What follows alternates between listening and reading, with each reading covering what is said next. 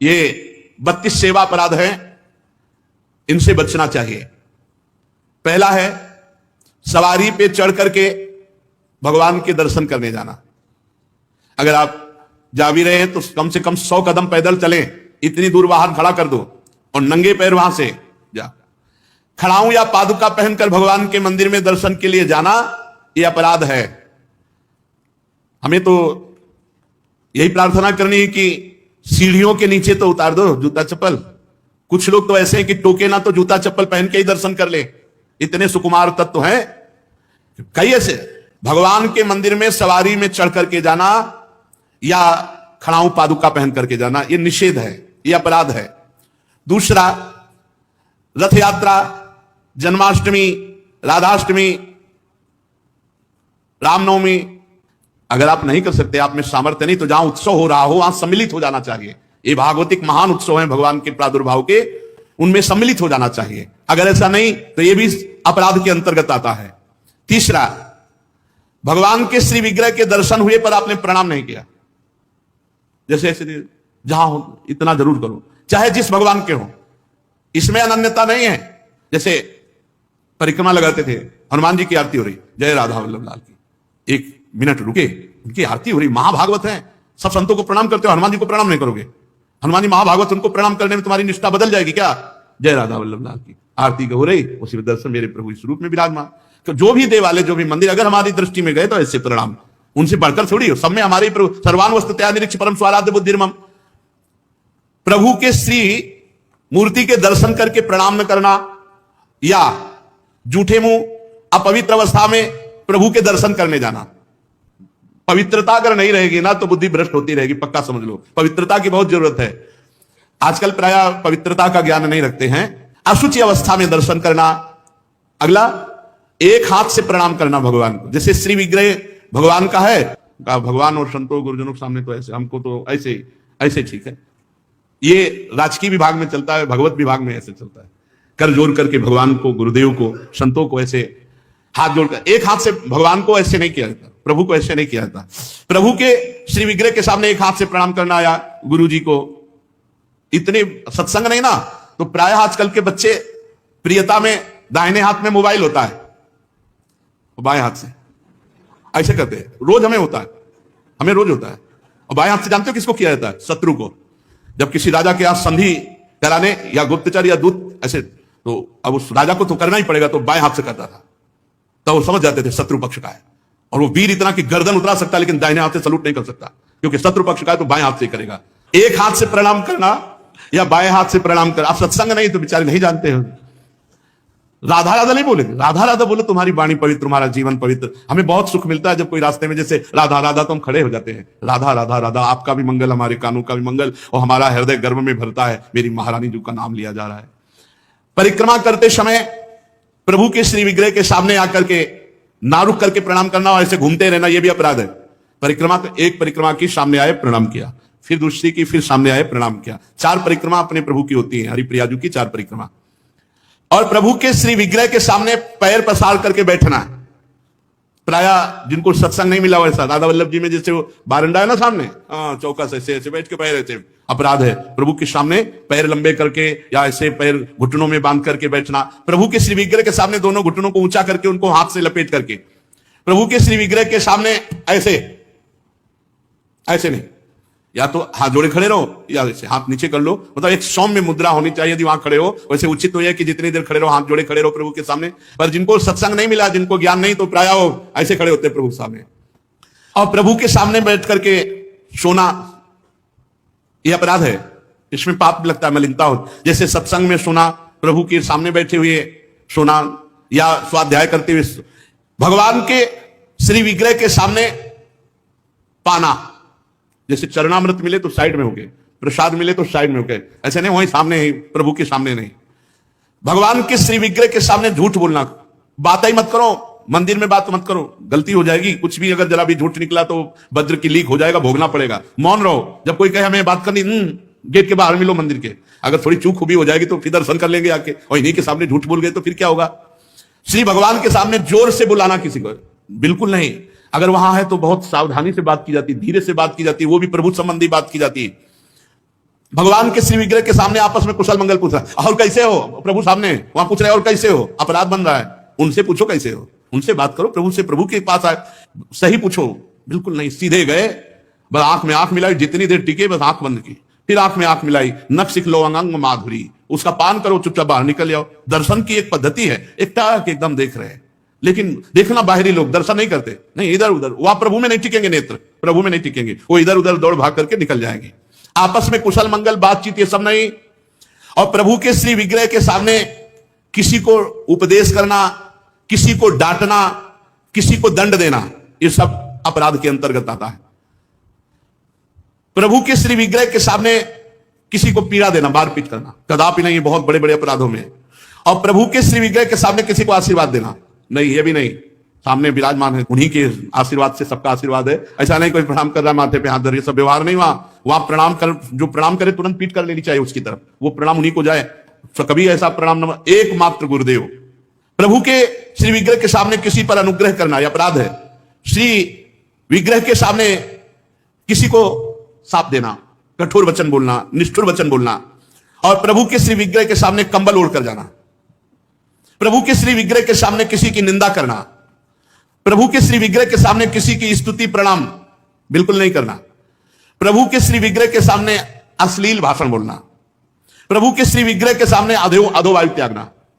अच्छा, प्रभु को सामर्थ्य रहते हुए गौड़ उपचार के द्वारा भोग लगाना, जैसे अपने तो हलवा और चाय चल रही सुबह, और ठाकुर जी के लिए चिरौरी रखवा दिए, बहुत ही है, काफी लपटी भाई, उसमें प्लास्टिक में एक कटोरी में भर के रख दी, पानी रख दी, जमाने की हुई रखी, और अपना रोज सुबह शाम दोपहर सब नए नए पदार्थ पा रहे हैं। अपराध लगता है। ये मनोरंजन के लिए श्री विग्रह खरीद के मत ले जाना कोई। श्री विग्रह जाने का मतलब है पूरे के पूरे प्रभु आए हैं, सुबह से लेकर शाम तक उनको खवाओ पियाओ, स्नान श्रृंगार सब, ना हो हिम्मत तो छवि खरीद ले, उनके दर्शन करो। श्री विग्रह मत ले जाओ। श्री विग्रह ले जाओ, चाहे गोपाल जी का, चाहे प्रिया प्रीतम जी का, उनकी सेवा करो ऐसे जैसे अपने बच्चे की जाती है। अपना बच्चा अगर नहीं पवाएंगे तो भूखा रहेगा, नहीं स्नान कराएंगे तो वैसे, नहीं सहन कराएंगे तो नहीं सहन करेंगे। बोले हम दर्शन के लिए छवि ले जाओ, श्री विग्रह मत ले जाओ। श्री विग्रह ले जाने का मतलब है कि अष्टयाम सेवा, कम से कम अष्टयाम सेवा में नहीं आप पहुंच पा रहे हैं, पूरी सेवाएं कर पा रहे, तो सुबह मंगला और श्रृंगार और भोग लगा दिया, जाओ। फिर शाम के आए तो आरती कर दी, फिर भोग लगाया, दूध पिलाया, सहन कराया, इतना तो होना ही चाहिए। अब आप तो खाते हैं अच्छे अच्छे पदार्थ, तो ठाकुर जी के आगे प्लास्टिक में लपटी हुई टॉफी रख दी या चिरौरी रख दी। आपकी सामर्थ्य है, सब अच्छे अच्छे कपड़े पोशाक सब पहना सकते हो, ऐसे ठाकुर जी को ऐसे नहीं। आपके पास सामर्थ्य के अनुसार ठाकुर, वैसे तो जी जान से प्यार करो, बहुत कृपाल ठाकुर है, बहुत कृपाल। आपसे बात करने लगेंगे, आपको मना करेंगे, ये नहीं खाना हमें, ये खाना है, ऐसे। अरे आप आसक्ति करके तो देखो, निहाल कर देंगे। और अभी आप यहां पवा, फिर वो आपको अपने यहां ले जाके पवाएंगे, और ऐसा पवाएंगे कि निहाल हो जाओगे। और प्रभु को भोग लगाए बिना कुछ भी खाना पीना, ये ठीक नहीं, अपराध के अंतर्गत आता है। वैष्णव होकर, दीक्षा लेकर, सत्संग सुनकर, ये बात जान करके यदि आप बिना भोग लगाए प्रभु को पाते हैं तो अपराध है। ऋतु में जो फल हो सबसे पहले अपने प्रभु को भोग लगाना चाहिए। इस बात में हमने अपने गुरुदेव भगवान को देखा, बड़ी प्रवीणता। चाहे वो सहतूत हो, चाहे बेर हो, जो ऋतु का फल है श्री जी को जरूर पवाएंगे। और पवाने का पहला कि आप चख के देखेंगे, बेर या जो भी पहला चख के देखेंगे, अगर अनुकूल है तो हाथ धोया, आचमन किया, फिर श्री जी को दूसरे फल। नहीं तो ऐसे भोग नहीं लगाते, पहले जैसे कुछ भी बनेगा तो पहले स्वयं चखेंगे फिर भोग लगाएंगे। और ये बाहर नहीं चलेगा, बाहर तो कहते झूठा कर दिया प्रभु को क्या पाओगे, लेकिन अपने यहां अपने भाव हैं, भावोत्सवेन भजताम रस कामधेनुम।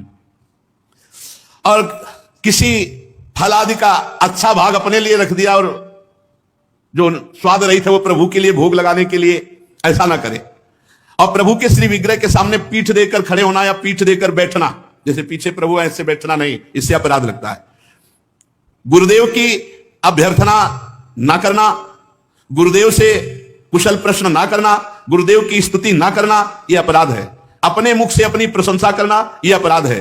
किसी भी देवता की निंदा करना, यह अपराध है। भगवत मार्ग में अपने आराध्य देव के सिवा अन्य कोई आश्रय, अन्य कोई बल, अन्य कोई आशा, ये सब कलंक के समान है। यदि हम अन्य आस भरोस अवलंबन छोड़ पाए तो हमें कुछ नहीं करना भगवत प्राप्ति के लिए। सच्ची मानिए, ये अन्य जो स्वीकृति है यही हमको तो भगवत विमुख की है। हमारा स्वरूप ही भगवत स्वरूप है। ये पांच भौतिक हमारा स्वरूप थोड़ी है, ये अंतःकरण हमारा स्वरूप थोड़ी है, ये स्वभाव हमारा नहीं है, ये प्रकृति का है। यही अन्य आश्रय हमें भय प्रदान करता है। जब तक भय है तब तक न शुद्ध भक्ति है और न शुद्ध ज्ञान है। ज्ञान हो जाने पर एक ब्रह्म के सिवा कुछ है नहीं तो किससे भय? भक्ति हो जाने पर अपने प्रभु के सिवा कोई है नहीं तो किससे भय? प्रहलाद जी ने नरसिंह भगवान से किंचन मात्र भी कोई भय नहीं माना, सब भयभीत थे, पर प्रहलाद जी नहीं। अपने प्रीतम से क्या भय, चाहे वो सौम्य रूप में हो या घोर रूप में हो या भयावह रूप में हो, है तो मेरे प्रीतम, फिर भय कैसा? तो हमें जो भय, शोक, चिंता, अपने कल्याण की फिक्र, इसका मतलब है अभी भागवतिक बल जागृत नहीं हुआ, अन्य कोई बल है, अन्य कोई आश्रय है, अन्य में ये शरीर भी है, अन्य में शरीर की क्रियाएं भी हैं, अन्य में अंतःकरण है, अंतःकरण के संकल्प, निश्चय, चिंतन, स्वीकृति आदि, अन्य में स्वभाव भी है। ये मेरा नहीं है, मेरे तो सिर्फ प्रभु हैं और जो मेरा स्वरूप है वो प्रभु में ही है। ये बात समझ में आ जाए तो बिल्कुल विश्राम है, अभी विश्राम है। भगवत प्राप्ति के लिए जो क्रियाओं का आदेश दिया गया है शास्त्रों में, वो निष्क्रिय आप हैं ये अनुभव करने के लिए, ना कि क्रियाओं से भगवत प्राप्ति होती है। आपका स्वरूप निष्क्रिय है, आप निरंजन है, माया रहित है, यही अनुभव कराने के लिए सत्क्रियाएं की जाती हैं, क्योंकि सत्क्रिया निर्मलता प्रदान करती है। जहां अंतःकरण निर्मल हुआ, शांत हुआ, वहीं अपने स्वरूप का अनुभव होने लगता है। इसलिए अन्य बल तो छोड़ दीजिए, बस ये समझना है अन्य बल का मतलब किसी व्यक्ति, वस्तु, स्थान का नहीं, शरीर का भी नहीं, अपनी क्रियाओं का भी नहीं, अपनी सोच का भी नहीं। ये बात अगर समझ में आ रही हो तो बहुत शुद्ध शरणागति अभी हो जाए। हमारी क्रियाओं का क्या बल? कभी सत्क्रिया होती, कभी असत क्रिया। हमारे अंतःकरण की सोच का क्या बल? कभी सत सोच होती, कभी असत। हमारे स्वभाव का क्या? कभी सौम्य, कभी क्रूर, कभी उदारता, कभी कंजूसता। इसका क्या? हमें अपने प्रियाजू के स्वभाव, प्रियाजू के प्रभाव, प्रियाजू का बल, प्रियाजू का आश्रय, बस। फिर देख लो आप कैसा आनंद आता है। अभी ऊपर हम साधुकों से कह रहे थे, प्रभु दिमाग को पकड़ लेते हैं, प्रभु अंतःकरण पर अधिकार कर लेते हैं, अपना अस्तित्व ही खत्म। कैसा अनुभव आनंद का होता होगा जब अहम का पूर्ण विसर्जन भगवान के चरणों में हो गया, प्रिया प्रीतम के चरणों में हो गया। ये बात समझिए, भगवत प्राप्ति बहुत सहज, सरल, अनायास, बिना प्रयास के अनुभव में आने वाली वस्तु है। हमारे को लगता है बहुत प्रयास करके भगवत प्राप्ति कर लेंगे तो उसमें हमारा शारीरिक बल, बौद्धिक बल, क्रिया बल, इनकी पहुंच नहीं है परमात्मा तक। इनकी पहुंच, ये सब असत है। असत से की हुई क्रियाएं ये सत परमात्मा में प्रतिष्ठित नहीं कर सकती, तो इनसे उदासीन नहीं होना, ये करना है, पर बल प्रियाजू का। हमारा जितना भी मंगल होगा वो हमारे आराध्य देव से होगा। शरीर बिना क्रिया के नहीं रह सकता, इसलिए सत्क्रियाएं कर रहे हैं। इनका कोई हमें फल या इनकी कोई फलवृत्ति की आकांक्षा ऐसी नहीं है। श्रीपाद प्रबोधानंद जी महाराज इसी भाव को लेके कह रहे हैं, हरि भक्ति महम न कामये मम मुक्ति ही प्रतिभाति सुक्तिवत नयने न निपीय राधिका रति कुंजई रति मंजुलम बनम। बहुत समझने वाली बात है। मुझे हरि भक्ति की भी कामना नहीं, हरि भक्ति महम न कामये, मुझे भगवान की भक्ति की भी कामना नहीं। मम मुक्ति ही प्रतिभाति सुक्तिवत, मुझे मोक्ष तो सीपी की तरह दिखाई दे रहा है, कुछ नहीं है, कोई सुख नहीं है। लो